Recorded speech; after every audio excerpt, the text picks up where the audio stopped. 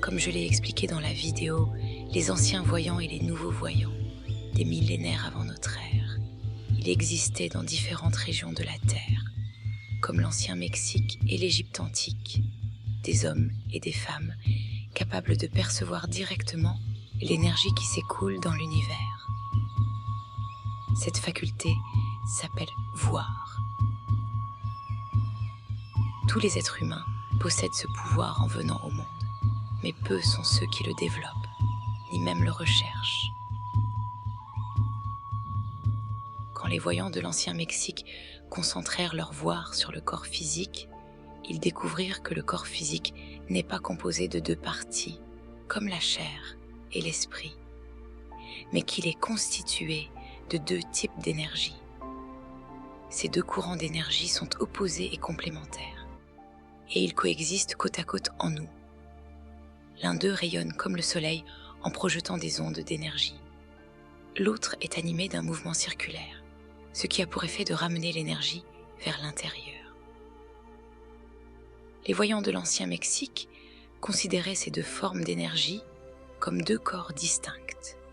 Le type d'énergie qui ondule et qui irradie était nommé le corps gauche. Celui qui est animé de tourbillons était appelé le corps droit.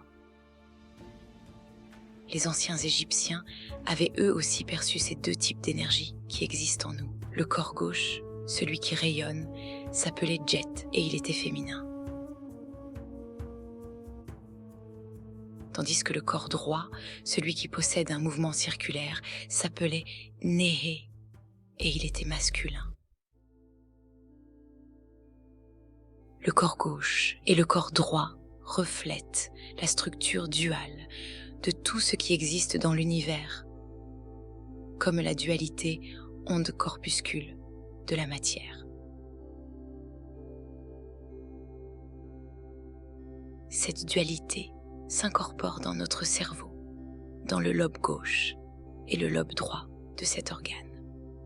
Ces deux types d'énergie qui circulent en nous impriment leur marque distinctive sur notre état d'esprit.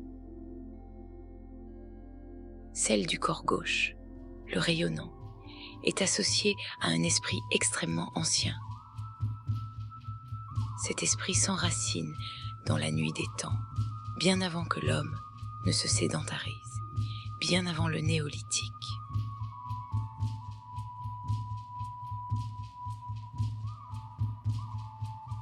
L'esprit du corps gauche est cette part de nous-mêmes qui est primitive, instinctive et animale. Il est capable de survivre dans tous les milieux naturels et sauvages. Il se sent à la hauteur de n'importe quelle situation, car l'esprit du corps gauche est relié à tout.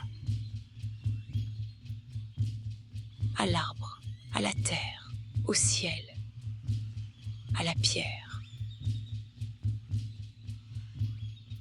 Le corps gauche en nous est un espace de conscience obscur et silencieux, d'où émane une sensation de grande sérénité et de force tranquille. Ce sentiment d'être est l'assise solide et inébranlable sur laquelle l'humanité s'est appuyée durant des centaines de milliers d'années. Comme l'a écrit l'auteur Eldo Galil dans Le visage effacé, Djet, autrement dit le corps gauche, prospère dans la forêt luxuriante de nos sens. Il ne connaît que l'instant présent et il ne s'intéresse ni au passé ni au futur. Le corps gauche est le côté impersonnel et indifférent de l'homme. Ainsi, il est capable de prendre plaisir aux choses sans les espérer. C'est très différent pour l'esprit associé au corps droit. Il aime se fixer des buts à atteindre et il adore la vitesse. L'esprit du corps droit correspond à cette part en nous qui est légère, nouvelle, évaporée, agitée et pleine de vitalité. L'esprit du corps droit est fasciné par la symétrie, par les choses qui se répètent, comme le cycle des jours et des nuits, des semaines, des mois et des saisons. Par-dessus tout, il aime mesurer le temps qui passe. Il raffole également des marches au pas cadencé et au son du tambour. D'une manière générale, il se passionne pour tout ce qui est rythme répétitif.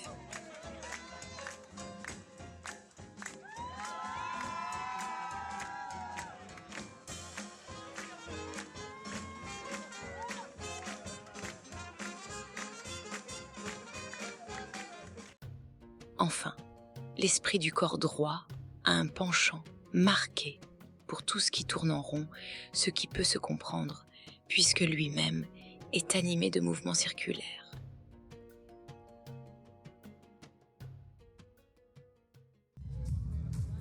Le mouvement circulaire de l'énergie, qui constitue la caractéristique du corps droit, est parfait pour créer et entretenir des relations sociales. L'esprit du corps droit s'aime parce qu'il est, en définitive, peu sûr de lui-même. Il ne prend plaisir à rien parce qu'il est incapable de se relier à quoi que ce soit.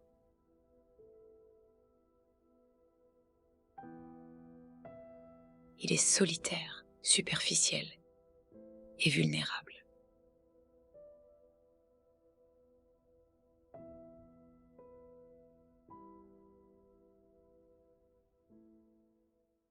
Lorsque des hommes ou des femmes capables de percevoir directement l'énergie observent le corps physique d'un être humain moderne sous son aspect énergétique, ils s'aperçoivent que le mouvement tournoyant de l'énergie du corps droit l'emporte largement sur celui du corps gauche. Il faut reconnaître que le corps droit est très efficace pour gérer tous les aspects de la vie quotidienne. Mais l'ennui, c'est qu'il le fait de manière circulaire, ce qui devient vite répétitif et routinier, rendant notre existence monotone et insipide. La force centripète qui pousse l'énergie du corps droit vers l'intérieur nous entraîne à refaire chaque jour les mêmes gestes. On retrouve ce mouvement circulaire de l'énergie au travers du flux incessant des pensées dans nos têtes. Continuellement, nos pensées tournent en rond, encore et encore. Dans ces conditions, il n'y a pas d'expansion. Il ne peut rien y avoir de nouveau. Cette sensation que les êtres humains ont parfois d'être fatigués d'eux-mêmes est due à la prédominance du corps droit. Cette suprématie du corps droit n'a pas toujours prévalu. Il fut un temps où le corps gauche avait toute sa place en nous. Comme on l'a vu précédemment, cela se passa à une époque très lointaine, quand les hommes étaient cueilleurs-chasseurs et lorsqu'ils vivaient en petits clans au sein de la nature sauvage. Il est possible de repérer la régression du corps gauche au profit du droit grâce aux traces laissées par l'homme durant sa longue histoire, et notamment grâce à l'art. Au-delà de 20 000 ans avant Jésus-Christ, l'art pariétal était surtout composé de signes et de figures géométriques. Le côté abstrait et impersonnel de ces symboles indique que le corps gauche était alors très présent chez l'homme. Au fil du temps et des millénaires, les dessins se font de plus en plus nombreux et sophistiqués. Vous remarquerez que les figures humaines restent rares et elles étaient très stylisées. Les artistes de ces époques lointaines n'étaient pas encore nombrilistes. Ils ne s'intéressaient pas à eux-mêmes ni à leur représentation, mais au monde animal qui les entourait, et aussi aux esprits chamaniques avec qui les humains entretenaient des liens étroits. Toutefois, l'art pariétal continuait de s'affiner. Il s'éloignait progressivement de l'abstrait et devenait plus figuratif. L'obsession du détail révèle que le corps droit prenait de plus en plus de place chez l'homme de la préhistoire. Ce fut à partir du néolithique, il y a à peu près 12 000 ans, que cette prédominance s'affirma.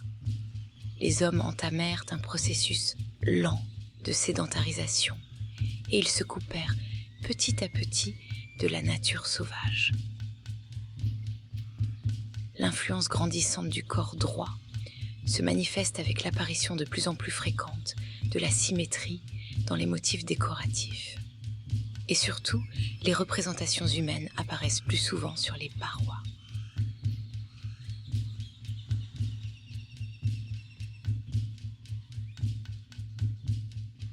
Plus l'esprit du corps droit s'imposait, plus l'homme devenait le personnage central dans l'art ancien.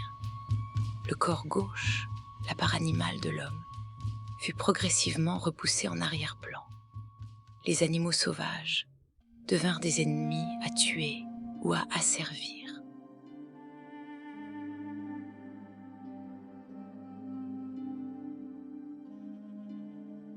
Le mouvement tournant de l'énergie du corps droit incita les hommes à s'isoler du monde extérieur. Ils commencèrent à se construire des huttes, puis des habitats en dur. Certains érigèrent de magnifiques palais pour célébrer leur propre magnificence. Durant l'Antiquité, l'homme devint de plus en plus épris de sa propre image. Le côté impersonnel et détaché, qui est propre à l'esprit du corps gauche, a quasiment disparu, pour laisser place à un art très personnel et narcissique, centré sur l'homme lui-même. De nos jours, le mouvement circulaire du corps droit a pris le dessus. Il n'est plus contrebalancé par celui irradiant du corps gauche qui a sombré dans les oubliettes de notre mémoire. Le repli sur soi que cela engendre sécrète dans notre âme un profond sentiment de solitude. Un sentiment de solitude que nous essayons de soulager par tous les moyens mis à notre disposition par la société, la technologie, les réseaux sociaux. Sans oublier toutes ces substances légales ou illégales qui sont une façon de s'évader de notre train-train quotidien qui tourne en rond.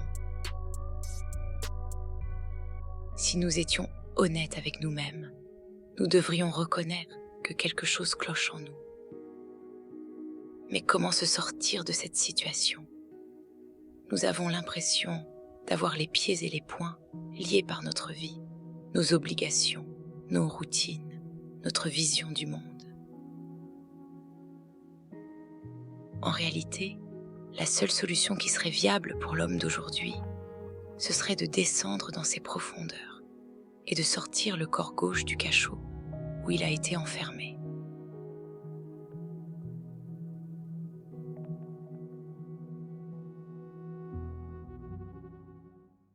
À de rares occasions, il arrive que le corps gauche sorte de son hibernation forcée. Par exemple, lors d'une illumination qui a fait suite à une dépression, comme ce fut le cas pour Eckhart Tolle, ou après un accident vasculaire cérébral, comme ce qu'a vécu la neuroscientifique Jill Bolte Taylor. Mais pour la plupart d'entre nous, il faudra travailler dur pour retrouver le corps gauche qui est profondément enfoui en nous, et ce, depuis des siècles, voire des millénaires. Heureusement pour nous, dans différentes régions du monde, les anciens voyants, ainsi que les nouveaux voyants, ont beaucoup travaillé sur le sujet. C'était important pour eux de rendre au corps gauche sa place. Le corps gauche étant plus adapté pour mener à bien leurs objectifs chamaniques. Ces sorciers voulaient accroître au maximum leur champ de conscience et de perception et développer leur corps de rêve ou double énergétique. Ils nous ont non seulement transmis une immense connaissance, mais aussi des techniques qui sont accessibles aujourd'hui. Parmi les trésors que nous ont transmis les anciens voyants, il y a les passes magiques que le nagual Carlos Castaneda a nommées tenségrité. Il y a aussi la récapitulation. C'est une technique efficace pour récupérer l'énergie laissée dans nos interactions du passé et qui réveille la conscience impersonnelle du corps gauche. Enfin, l'art de rêver ou la voie du rêve. Les anciens taoïstes, quant à eux, nous ont légué le Qigong, ainsi que la méditation qui nous relie à la quiétude et à la lenteur du corps gauche. Ce n'est pas tout. Notre vie doit être saupoudrée de ne pas faire. Ce sont des actes qui brisent la ronde fastidieuse de nos routines qu'engendre le corps droit. Car s'il faut bien marcher pour avancer, rien ne nous empêche d'en diversifier la pratique. Plus que toute autre chose, c'est l'équilibre entre le corps droit et le corps gauche, les deux types d'énergie qui existent en nous, qui est primordial. Pour y parvenir, il faut d'abord apprendre à les distinguer et à les séparer dans notre vie quotidienne. Dans un monde idéal, cet apprentissage serait enseigné dès l'enfance. Ainsi, en grandissant, les enfants trouveraient en eux la force et l'assurance pour faire face aux aléas de la vie. Car le corps gauche, en nous, constitue des fondations stables à toute épreuve, à l'image de ces murs antisismiques, composés de pierres cyclopéennes, qui ont été construits par les anciens bâtisseurs. Sur de telles fondations, le corps droit peut se développer et s'épanouir de façon harmonieuse. Mais sans le corps gauche sur lequel s'appuyer, le corps droit se retrouve fragilisé face aux crises de la vie. Il s'enlise dans l'angoisse, le souci de soi, le désespoir et parfois la dépression. Des états d'âme alimentés par toutes ces pensées qui n'arrêtent pas de tourner en boucle dans la tête.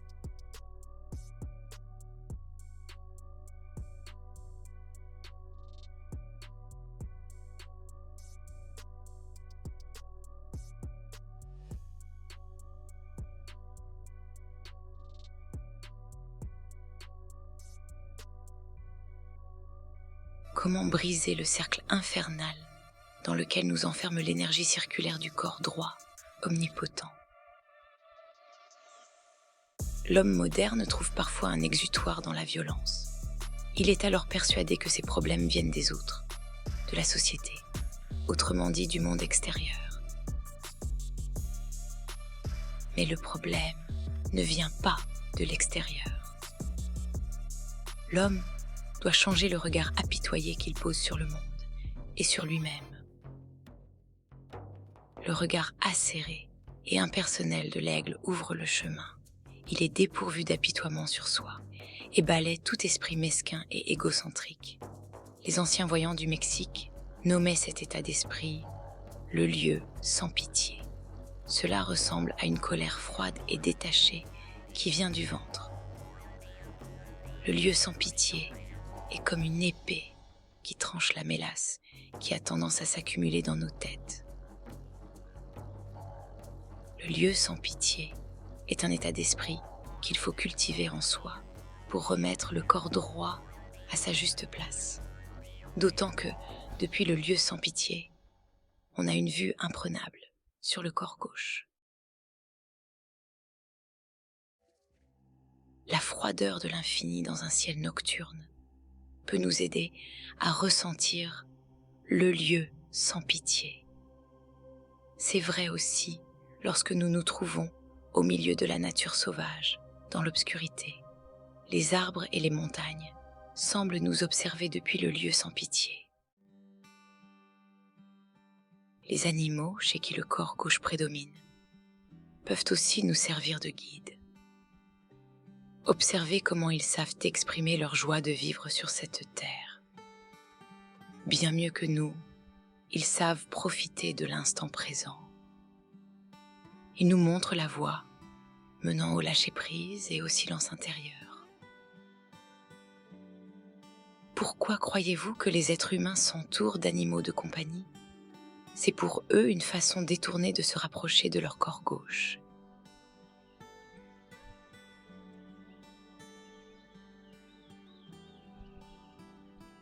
Un jour, peut-être, le corps droit et le corps gauche seront de nouveau réconciliés et réunis en nous.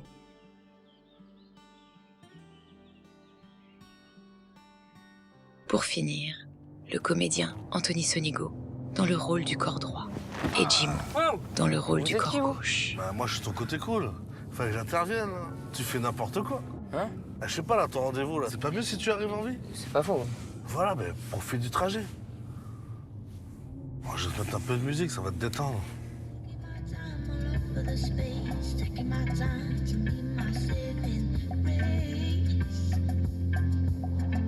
Si on est en retard à ton rendez-vous, y a pas mort d'homme. Alors que si on roule comme des fous, bah si. À qui dis-tu? Bah à toi. Tu sais, la vie, elle appartient à ceux qui lèvent le pied.